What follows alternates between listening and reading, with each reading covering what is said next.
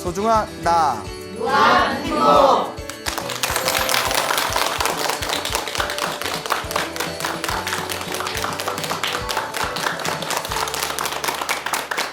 예, 만나서 반갑습니다.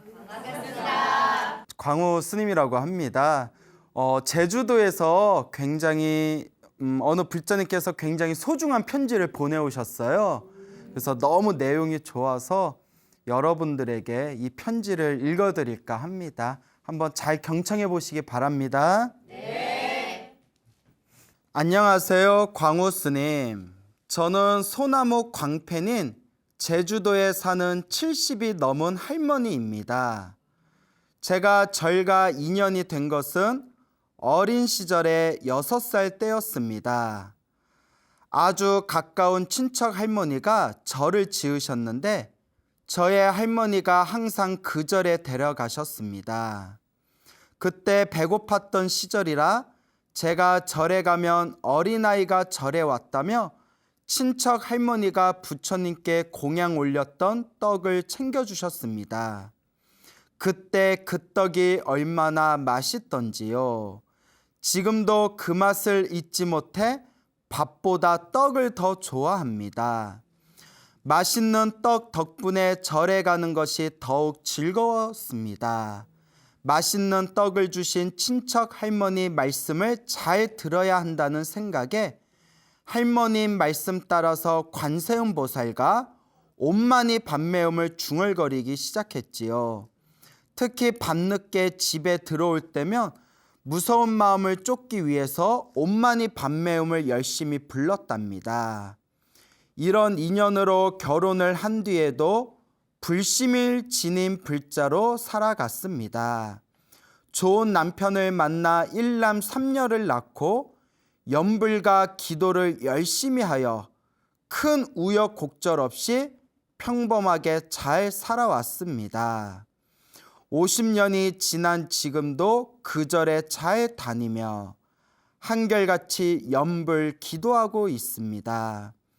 우리 가족 모두 불자가 되었고 손자들도 중학교 때부터 염불과 기도를 하며 학교를 다녔습니다. 지금도 우리 손자들이 할머니의 염불과 기도 덕분에 모든 일이 잘 풀린다고 생각하고 있답니다. 이렇게 자식들과 손자들이 모두 착하고 어진 사람으로 살아가는 게 불보살님의 덕분이라고 생각하며 매일 부처님께 감사의 기도를 올리고 있습니다. 그러던 어느 날이었습니다. 2년마다 한 번씩 건강검진을 받는데 올해 7월에 받을 예정을 앞당겨서 3월에 받게 되었습니다. 그리고 4월 말에 건강검진 결과를 우편으로 받았습니다. 매년 결과가 항상 정상이었고 올해도 그러겠지라고 생각하며 정상이라는 용어가 눈에 들어오길래 대충 훑어보고는 우편물을 방구석에 던져 놓았습니다. 그런데 그날 밤에 이상한 꿈을 꾸었습니다. 큰 집의 격자 무늬의 유리창으로 햇살이 눈부시게 비추어 눈을 떠보니 저쪽 유리창문 구석에서 거머리 같은 것이 3마리가 꼼지락꼼지락거리며 밖으로 나가지 못하고 안달하고 있었습니다. 저는 너무 놀래서 거기 누구 없냐고 저 문을 열어달라고 외쳤지만 아무런 반응이 없었습니다.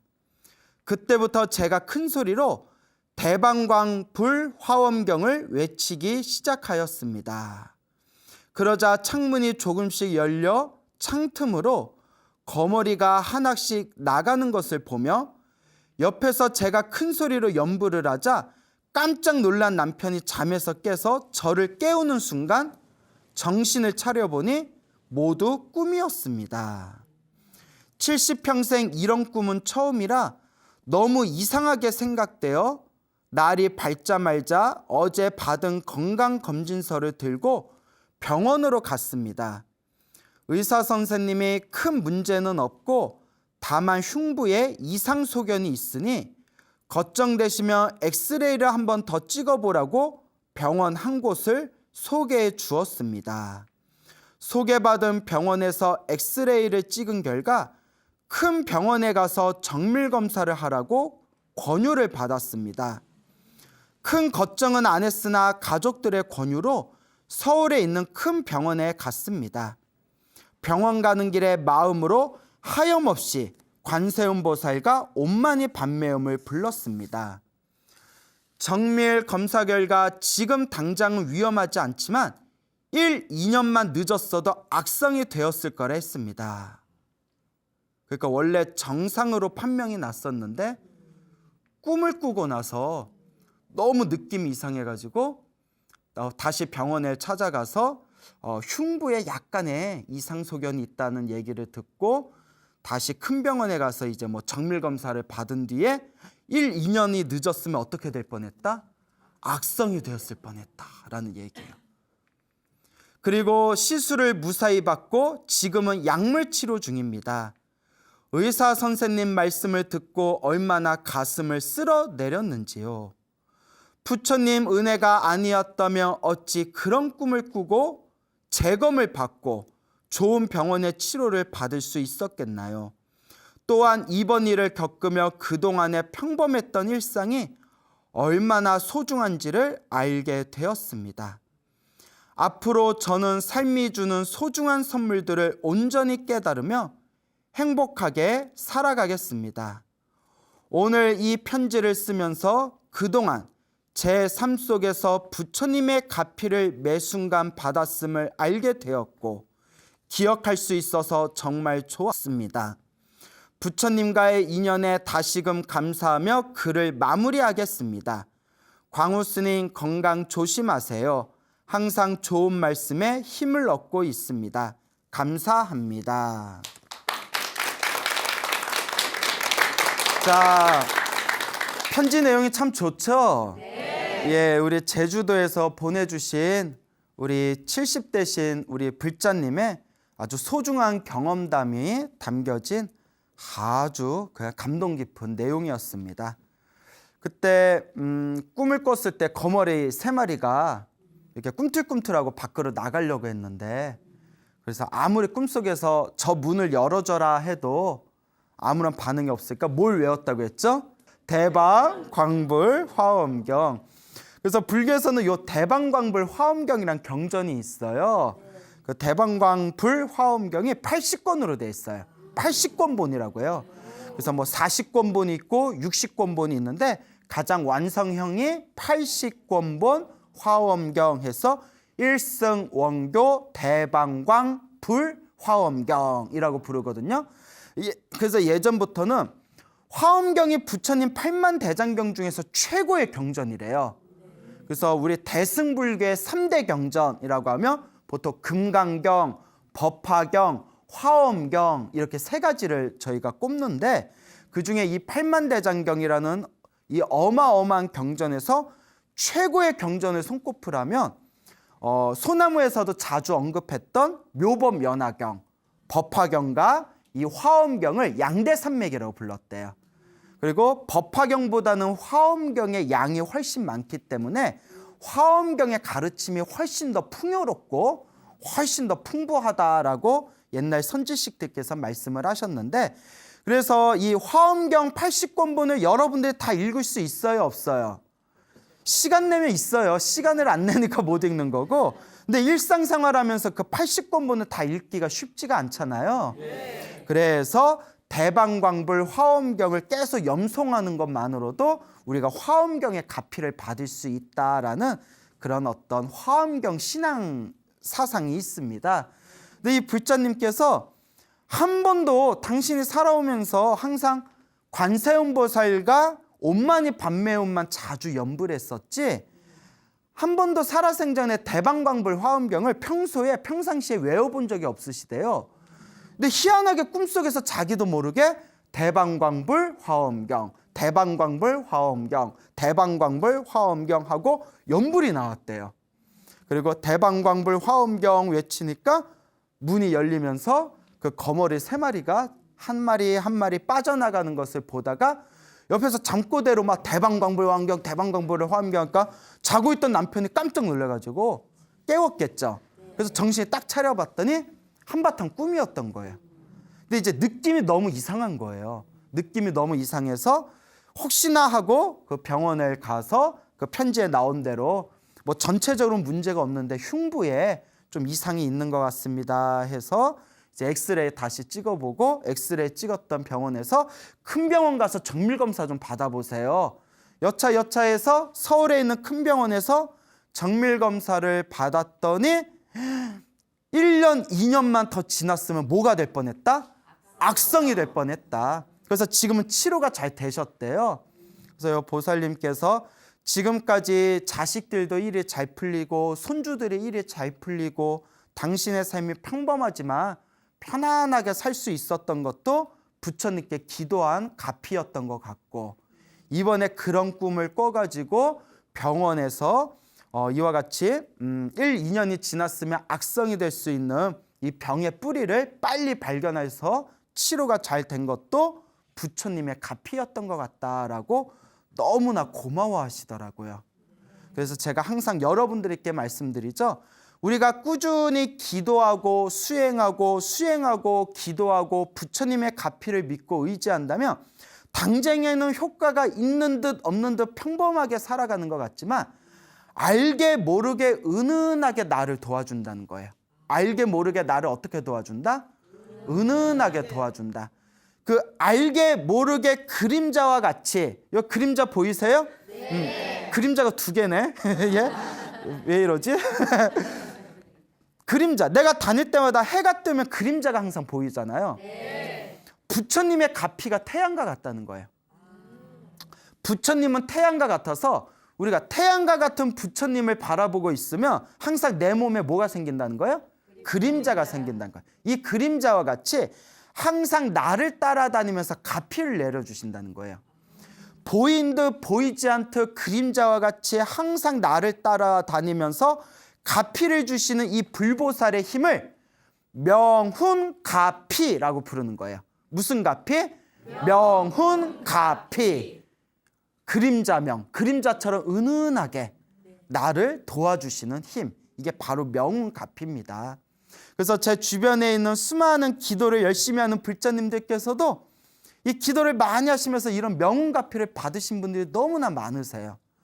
그래서 기도를 하면서 그 기도의 맛을 느껴보시고 그 부처님의 가피의 힘을 느껴보신 분들은 한결같이 말씀하십니다. 불보살님의 은혜는 반드시 있습니다. 그것을 경험하고 체험하신 분들은 불보살님의 가피를, 불보살님의 이 은혜를 절대 의심하지를 않습니다. 꼭 기도도 제대로 안 하고 수행도 제대로 안 하고 입으로 까는 사람들이, 예? 꼭 입으로만 떠드는 사람들이 촉새라고 하죠. 촉새. 꼭 이 입으로 떠드는 촉새들이 부처님의 가피를 의심하고 스스로의 수행을 의심하고 기도를 의심하고 부처님의 은혜를 의심한다는 것을 우리가 꼭 명심해야 됩니다. 그래서 항상 우리 불자들은 입으로만 떠들어서는 의미가 없어요. 머리로는 팔만대장경을 다 외우고 있고 입으로는 자기가 잘난 것처럼 떠들어도 몸으로 실천하는 바가 없다면 어떻게 이 위대한 부처님의 가피와 은혜를 자기가 스스로 체험할 수가 있겠습니까? 그래서 그동안 소나무 법문에서 제가 항상 끊임없이 반복했죠. 기도해라, 복을 져라, 마음을 잘 써라, 실천해라, 체험해라. 오직 스스로의 수행만이 나를 진정한 행복으로 이끌어줄 수 있을 것이다. 이것을 꼭 명심하고 명심하시길 바랍니다. 알겠죠? 네. 우리 중생들은 이 어리석은 존재들 중생이라고 해요. 이 중생들은 힘들고 괴롭고 답답하면 자꾸 마음이 이상한 걸 의지하려고 그래요. 그렇죠. 뭐 말도 안 되는 이상한 걸 의지하려고 그래요. 그 뭐 그런 것들 있잖아요. 저기 집안에 자꾸 우환이 있으면 잊고 있던 속옷을 태우면 집안에 우환이 사라진대. 예. 개뿔. 무슨 속옷 태웠다고 뭐 좋은 일이 생겨요. 그 나 100번은 태웠겠다.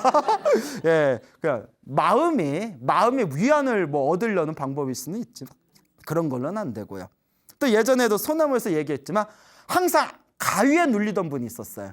항상 가위 눌리던 분이 해도 안 되니까 시카를 가슴에 올려놓고 자면 그 가위에서 가위 눌림에서 벗어날 수 있다 해가지고 시칼 있잖아요. 시칼. 그 시칼을 가슴에다 올려놓고 주무신 분도 있었고. 그래서 자다 뒤척거리면 위험할 수도 있죠. 그러면 근데 효과를 봤다 못 봤다? 못 봤어요. 또 어떤 분은 야, 이열치열이다. 이안치안이다. 더울 때는 더울 땐 뜨거운 걸 먹고 추울 때는 시원한 걸 먹어라. 그러니까 가위에 눌릴 때는 가위를 가슴에 안고 자라. 라는 별 말도 안 되는 그지 같은 얘기도 있어요. 효과 있겠어요, 없겠어요? 없죠. 이런 식의 우리 시대에는 너무나 많은 미신들이 있어요. 그래서 뭐 또 우리 이사 갈 때 손 없는 날 잡아달라고 하잖아요. 손 없는 날 손 없는 날 좀 잡아주세요. 아니 손이 있는데 손이 있는데 그런 것도 중요한 게 아니에요. 무슨 말인지 알죠? 그런 거 뭐 따져서 그냥 날 화창하고 한가한 날에 이사하는 게 좋은 날이에요. 불자들은 그런 걸 속으면 안 됩니다. 평생 절에 다닌 분들도 평생 불교 공부한 분들도 꼭 어디 이사 갈 때 이사 날짜 막 뭐가 있나? 아니 내가 아시는 분이 있는데 어디 이사 갈 때마다 이사 날짜 꼭 정해가지고 다니신 분이 있는데 그닥 일이 잘 풀린 걸 못 봤어 내가. 그게 다 마음의 장난이라는 거예요. 무슨 말인지 알죠? 자, 그래서 부처님은 항상 무슨 말씀을 하셨냐? 내 마음이 깨끗하고 내 마음이 편안하면 그냥 하루하루가 좋은 날이라는 거예요. 이게 불교예요. 하루하루가 좋은 날입니다. 여러분들의 마음이 편안함과 부처님의 은혜가 가득할 때 하루하루가 좋은 날이지 더 좋은 날이 있고 더 나쁜 날이 있는 게 아니에요. 무슨 말인지 알겠습니까? 네. 그래서 항상 우리 불교의 뿌리는 마음 닦는 거예요. 무엇을 닦는 거? 마음을 닦아서 내 마음이 청정해지면 하루하루 365일이 좋은 날이고 내가 있는 그곳이 바로 극락이 되는 거예요. 이게 바로 부처님의 근본 가르침인데 입으로는 불자라면서 굉장히 많은 미신 속에 살아가는 불자들이 너무 많아요. 미신 속에 살아가는 불자들은 불자가 아니다. 불자다, 불자. 자, 그래서 이와 같은 수많은 미신 속에서 우리 불자들이 살아가면서 부처님의 올바른 가르침을 놓쳐버리면 허망한 것을 의지하게 됩니다. 무엇에 의지하게 된다? 허망한 것에 자꾸 의지하게 돼요. 그래서 부처님께서 말씀하시길 우리는 불자는 부처님 경전대로 살면 돼요. 그러니까 부처님이 무엇을 말씀하셨나 이미 경전에 다 나와 있어요. 단점이 있다면 부처님 말씀이 너무 많아. 그래서 제가 20년 동안 공부하는데도 다 못 봤어요. 봐도 끝이 없어. 그래서 부처님 가르침이 너무 양이 많다는 게 유일한 단점이지만 그만큼 없는 내용이 없어요. 없는 내용이 없어요. 부처님의 경전을 공부해보면 이미 다 있었구나.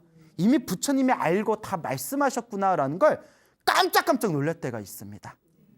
그래서 우리 부처님은 중생들이 무엇에 의지하오리까라고 했을 때 명확하게 말씀해 주셨습니다.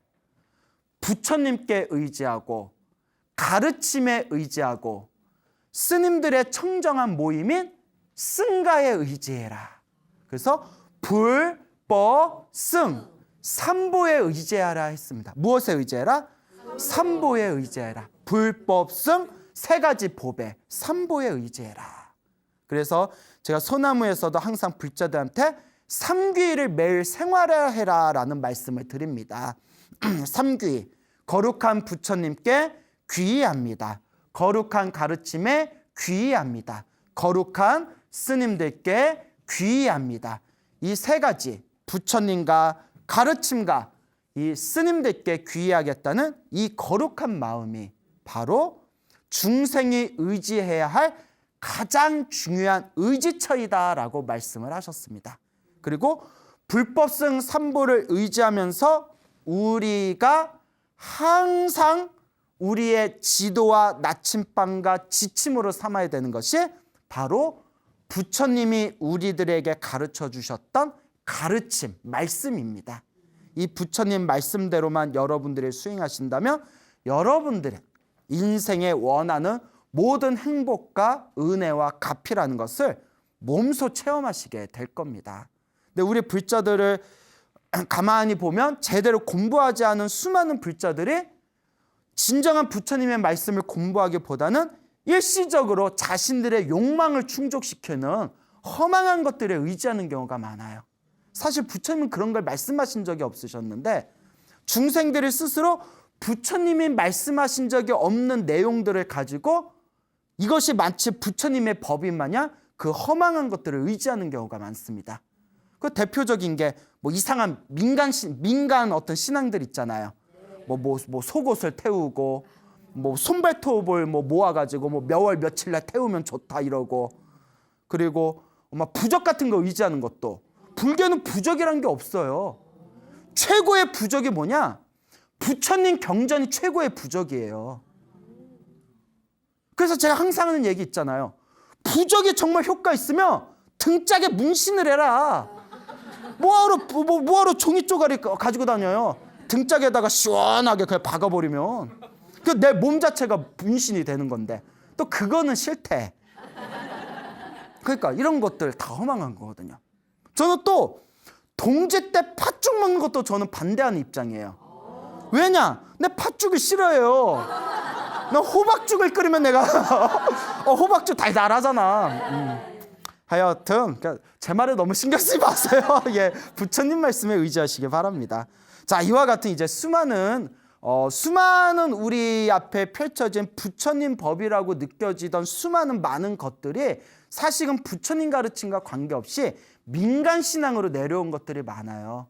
물론 알고 그냥 상징적으로, 사실 동짓날 팥죽 먹으면 뜨끈하고 좋잖아요. 그러니까 우리 조상들이 동짓날 드셨던 팥죽 먹었던 그 문화를 되살려보자라는 거는 괜찮아요. 그런 거는 저도 아주 공감해. 우리의 문화유산을 지키자. 그런데 동짓날 팥죽을 안 먹어서 올 한 해 재수 없겠다, 이런 생각은 잘못된 생각이라는 거죠. 팥죽을 먹었든 안 먹었든 내 마음이 편안하고 항상 염불하고 기도하는 그것이야말로 진정한 팥죽이라는 거죠. 그래서 우리 불자들은 항상 근본을 놓치지 말아야 됩니다. 그 근본이 바로 수행이다.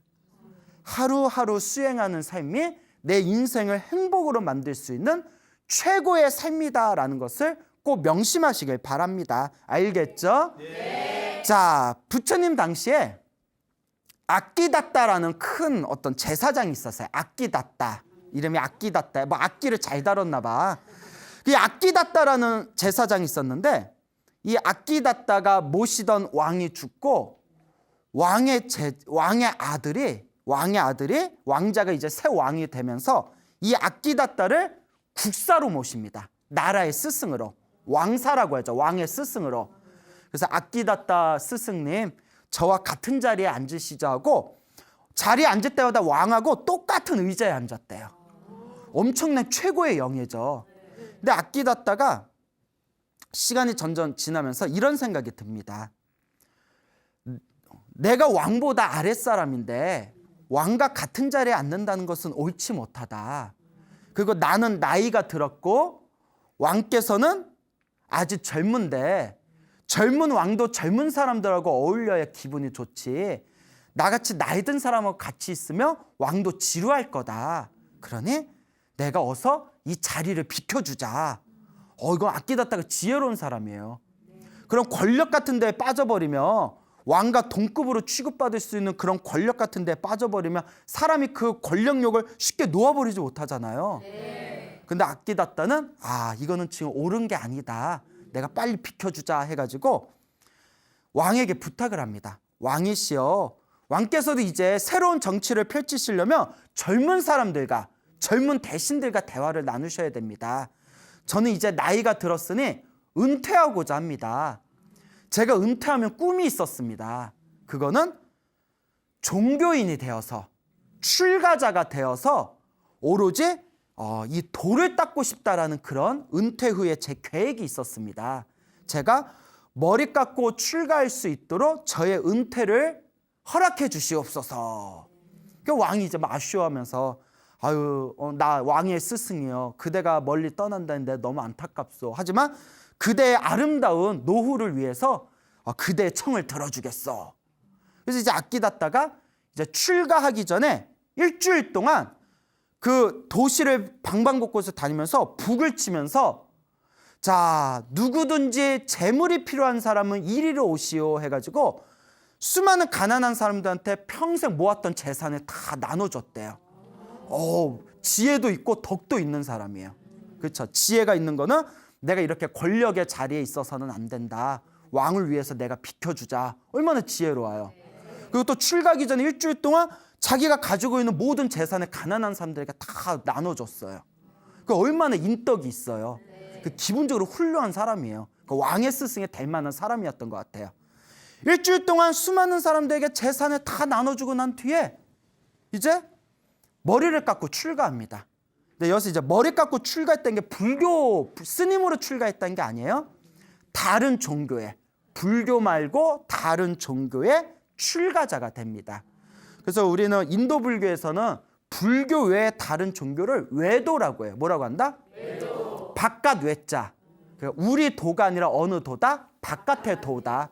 그래서 이제 외도 수행자가 됐는데 이제 외도 수행자, 머리를 깎고 출가하면서 외도 수행자가 되니까 지혜롭고 인덕 있는 아끼다따의 그 성품에 반해가지고 1000명의 사람들이 모여서 같이 머리 깎고 제자가 되었답니다. 1000명의 사람들이 아끼다따의 제자가 돼요. 그래서 어느 조그맣고 아름다운 숲에다가 이제 사원을 짓고 종교시설 사원을 지은 뒤에 1000명의 제자들에게 이렇게 얘기합니다. 1000명의 제자들에게 이제부터 그대들의 마음속에서 부정한 생각, 여법하지 못한, 법답지 못한 생각, 나쁜 생각들이 밀려오면 저기 강에 가가지고 모래를 한 바가지 퍼와서 여기 강 있는 곳에다가 쌓아 부어라 라고 이제 시켰답니다. 왜 시켰는지 모르겠지만 그러니까 이 1000명의 제자들이 마음속에서 나쁜 생각이 일어나고 부정적인 생각이 일어날 때마다 스승님, 아끼다따 스승님 말씀대로 이렇게 저쪽 반대쪽 강에 가서 모래를 퍼올린 뒤에 저쪽 강에 가가지고 그걸 부어왔대요. 1년, 2년, 3년이 지나니까 얼마나 속으로 더러운 생각들을 많이 했는지 하도 많이 모래를 퍼부어서 엄청난 모래 언덕이 생겼대요. 엄청난 모래 언덕이 생기니까 그 강에는 신통을 부리는 용이 있었대요. 신통을 부리는 용이 그 모래 언덕에 산같이 쌓이니까 그 모래 언덕에다 집을 지어놓고 거기서 살게 됩니다. 그래서 용이 사는 이제 언덕이 생기고 그 옆에 이렇게 이제 사원에서 수많은 이제 제자들과 1000명의 제자들과 수많은 신도들을 거느리면서 살게 됩니다.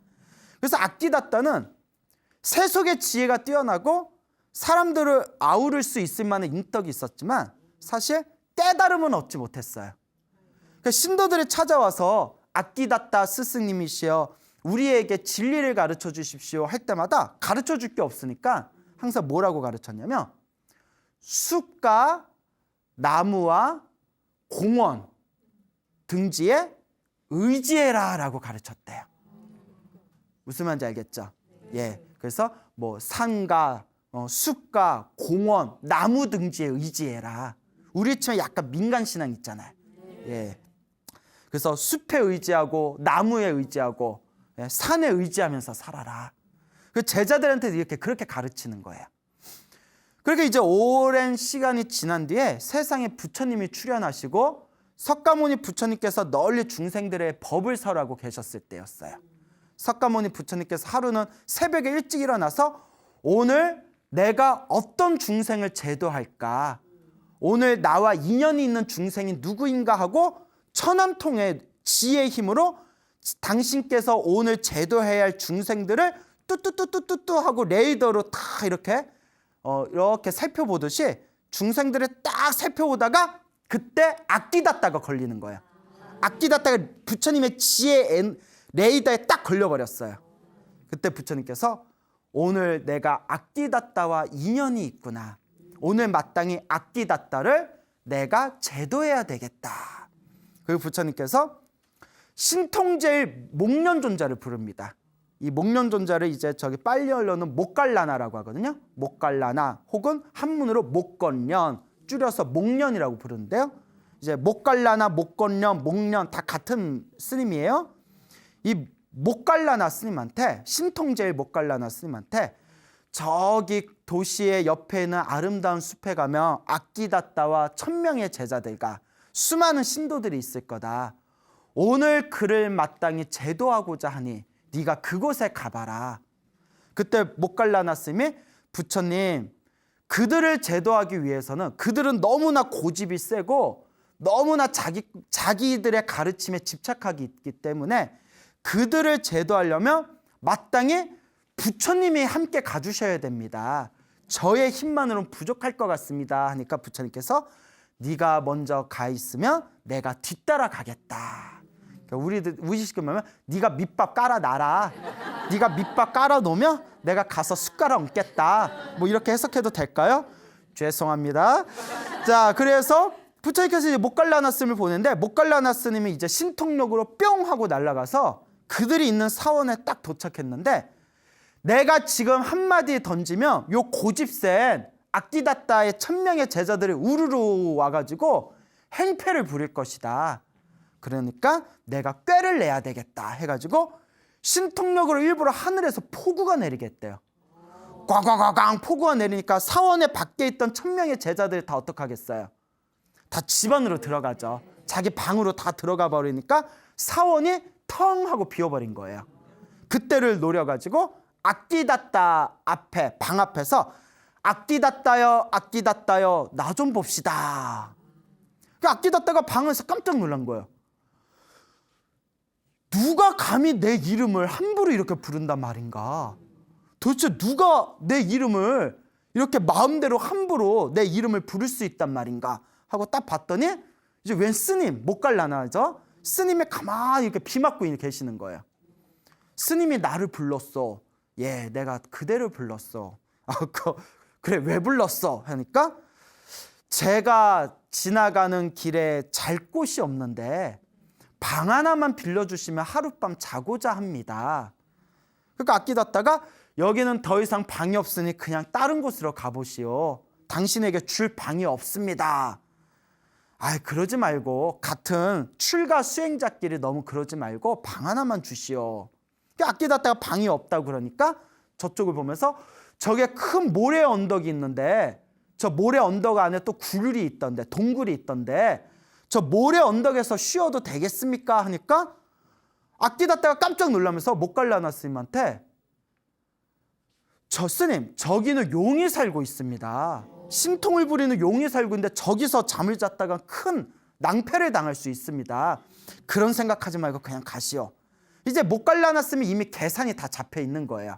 그러지 말고 허락을 해주시면 내가 저기서 자겠습니다. 하니까 이 악기다따가 그럼 스님 알아서 하세요. 뭐 죽든가 말든가 뭐 알아서 해라. 뭐 이런 식으로. 그래서 목갈라나 스님이 천천히 그 언덕이 있는 동굴 속으로 들어가니까 용이 이제 자고 있다가 목련 스님이 이렇게 오니까 보더니 용이 꿈뻑꿈뻑거리면서 저 스님은 내가 여기 살고 있는 줄 모르고 오나 보다. 그렇지 않고서야 제정신이면 내가 여기 있는데 저 사람이 용이 있는 곳에 설마 올까? 그래서 이 용이 심술이 나가지고 오지 말라고 시커먼 연기를 뿜어냈대요. 신통을 부리는 용이었으니까. 연기를 막 뿜어내니까 목련존자가 신통제일이잖아요. 그렇죠? 같이 연기를 뿜어냈대요. 신통력으로. 근데 목련존자, 목갈라나의 신통력의 연기가 더 셌겠어요? 용의 연기가 더 셌겠어요? 죄송합니다. 틀리셨네요. 그나마 자신 있게 얘기하셨는데 틀리셨네요. 목갈라나 신통력의 연기가 더 센 거예요. 그 용이 놀래가지고 이번에는 불을 뿜었대요. 확 하고 불을 뿜어내니까 그래서 뭐 우리 드래곤 파이어 막 이래가지고 게임에 나오잖아요. 막 용이 막 불을 확 뿜어내니까 목갈라나 스님도 몸에서 불을 일으켜가지고 서로 불싸움을 벌였대요. 그 불싸움을 벌여서 그 언덕에서 그 큰 언덕산에서 불꽃이 빠바바바박 튀니까 그때 악기다따와 그 1000명의 제자들이 그 자초지종을 보고 야, 목갈라나 스님, 목갈라는지 몰랐겠지만 저 스님이 용에 의해서 통구이가 되는구나. 그러니까 악기다따는 안타까워하면서 내가 그렇게 가지 말라고 했는데 가지 말라고 했는데 그래서 나온 노래 있잖아요. 가지 말라고 가지 말라고 가가지고 통구이가 됐구나. 시뻘건 불에 다 타 죽게 생겼구나. 안타까워하는데 사실은 누가 이겼을까요? 목갈라나 스님이 이긴 거예요. 용이 그때서야 이분께서는 평범한 스님이 아니라 깨달음과 신통을 얻으신 스님이구나 하고 용이 목갈라나 스님에게 귀의를 합니다. 당신을 제가 스승으로 모시겠습니다 하고 귀의를 한 뒤에 이제 목련 존자 목갈라나가 제일 편안한 자리에 앉혀놓고 자기의 몸을 목갈라나 스님 몸에 둘둘둘둘 말아서 머리로 목갈라나 스님의 머리를 다 편안하게 받쳐준 거예요. 그래서 이제 목갈라나 스님은 그 용의 몸을 자신의 몸을 이렇게 감싸준 상태에서 편안한 선정에 드십니다. 그리고 아침이 되었을 때 악기다따 스님이 1000명의 제자들에게 어쨌거나 그 철없던 스님이 용 때문에 지금 불에 타서 죽었을지도 모르는데 우리가 시신이라도 조금 이렇게 우리가 좀 잘 갈무리를 해주자 하고 제자들하고 딱 올라갔는데 목련존자가 가만히 편안하게 앉아있고 용이 그 밑에 이렇게 있으니까 악기다따가 깜짝 놀라서 아니 스님 이게 어떻게 된 겁니까? 용 때문에 죽은 게 아니었습니까? 그러니까 이 목련 스님, 목갈라나 스님이 보고도 모릅니까? 이 용은 저의 제자가 되었습니다 하고 깜짝 놀라서 악기다따와 1000명의 제자들이 막 박수를 치면서 환호성을 부리는 거예요. 어떻게 용을 이길 수가 있단 말입니까? 당신은 누굽니까? 하고 막 박수를 치고 있을 때 실컷 용하고 싸워가지고 이제 좀 어깨에 힘주고 있는 목갈라나 앞에서 부처님이 그래 밑밥은 깔아놨냐? 이러면서 부처님이 쓱 나타나신 거예요. 부처님이 그때 숟가락 얹으려고 처벅 하고 부처님이 나타나시니까 때마침 부처님은 모든 걸 다 꿰뚫어 보시잖아요. 목갈라나가 용에게 이기고 그리고 악기다따와 1000명의 제자들이 용을 이긴 목갈라나를 향해서 환호성을 내지르고 박수를 치면서 목갈라나에게 호의를 가지고 있겠구나 라는 걸 다 꿰뚫어 보시고 부처님이 그 자리에 짠 하고 나타나니까 목갈라나가 그 자리에서 일어나서 스승님 오셨습니까? 하고 절 3배를 올리는 거예요. 그때 악기다따와 1000명의 제자들이 이렇게 생각합니다. 저 스님도 저렇게 신통력이 뛰어나고 훌륭한데 저런 스님의 스승님은 얼마나 더 대단할까? 그리고 부처님을 상석에 올립니다. 그때 부처님께서 악기다따를 부르십니다. 악기다따여 악기다따여. 그러니까 이미 목갈라나가 밑밥을 다 깔아놓으니까 이제 악기다따도 우리가 사투리를 약호 죽었다 이러죠. 약호 죽었다. 그러니까 이제 그 부처님께서 악기다따여 악기다따여 부르니까 예 부르셨습니까? 부처님께서 악기다따에게 물어보십니다. 그대는 제자들과 신도들에게 뭐라고 가르치냐? 예 저는 숲과 나무, 공원 등에 귀의하라고 가르칩니다. 자, 그때 부처님께서 이렇게 말씀하십니다. 악기다따여. 중생들이 걱정에 빠지거나 우환에 빠지거나 불안하거나 괴롭거나 힘든 일이 생길 때 대부분의 수많은 중생들은 숲과 나무와 산과 사당과 신에게 의지한다. 그거는 진정한 가르침이 아니다. 숲도 나무도 사당도 신도 우리들의 진정한 의지처가 될 수 없다. 오로지 부처님과 부처님의 가르침과 거룩한 승가와 이 불법승 삼보에 귀의하는 것만이 가장 올바른 의지처이고 불법승 삼보에 의지하고 부처님의 가르침을 잘 배워나갈 때 괴로움과 괴로움의 원인과 괴로움의 소멸과 괴로움을 소멸하는 방법에 대해서 지혜의 눈이 열리게 될 것이다. 오직 불법승 삼보와 괴로움과 괴로움을 소멸과 괴로움을 소멸하는 방법, 이 부처님의 가르침만이 진정한 의지처가 될 것이다 라는 법문을 듣는 순간 그 자리에서 아끼다따와 1000명의 제자들이 감동을 받습니다. 그 부처님께 다음과 같이 얘기합니다. 부처님, 저희들을 제자로 받아주십시오. 저희는 스님, 부처님의 제자인 스님들이 되어서 공부하고 수행하겠습니다. 저희 부처님의 제자로 받아주십시오라고 하는 순간 부처님께서 미소를 지으면서 어서 오너라 라고 하는 순간 머리카락이 저절로 떨어지면서 삭발을 하고 저절로 승복이 생겼대요. 아끼다따와 1000명의 스님들이, 1000명의 제자, 아끼다따와 1000명의 제자들이 어서 오너라 라는 부처님의 미소에 머리카락은 저절로 삭발이 되고 옷은 저절로 승복으로 바뀌었다. 왜 그러냐? 전생에 복을 많이 지어서 그렇대요. 전생에 부처님과 인연이 깊고 복을 많이 지은 사람은 부처님이 어서 오너라 하는 순간 저절로 머리카락이 떨어지고 저절로 승복이 생긴다라는 내용의 경전에 나옵니다. 그래서 이와 같이 아끼다따와 이 1000명의 제자들이 머리를 깎고 스님이 돼서 나중에는 모두 다 부처님의 훌륭한 소중한 깨달음을 얻게 되었다라는 이야기가 지금까지 전해지고 있습니다. 여러분, 우리 중생들은 진리에 어두울 때, 불안하고 힘들고 괴롭고 답답할 때 허망한 것에 의지하게 됩니다. 숲에 의지한다거나 나무에 의지한다거나 무슨 사당에 의지한다거나 혹은 한 번도 본 적이 없는 신이란 존재에게 의지를 합니다. 하지만 불교에서는 분명히 이야기합니다.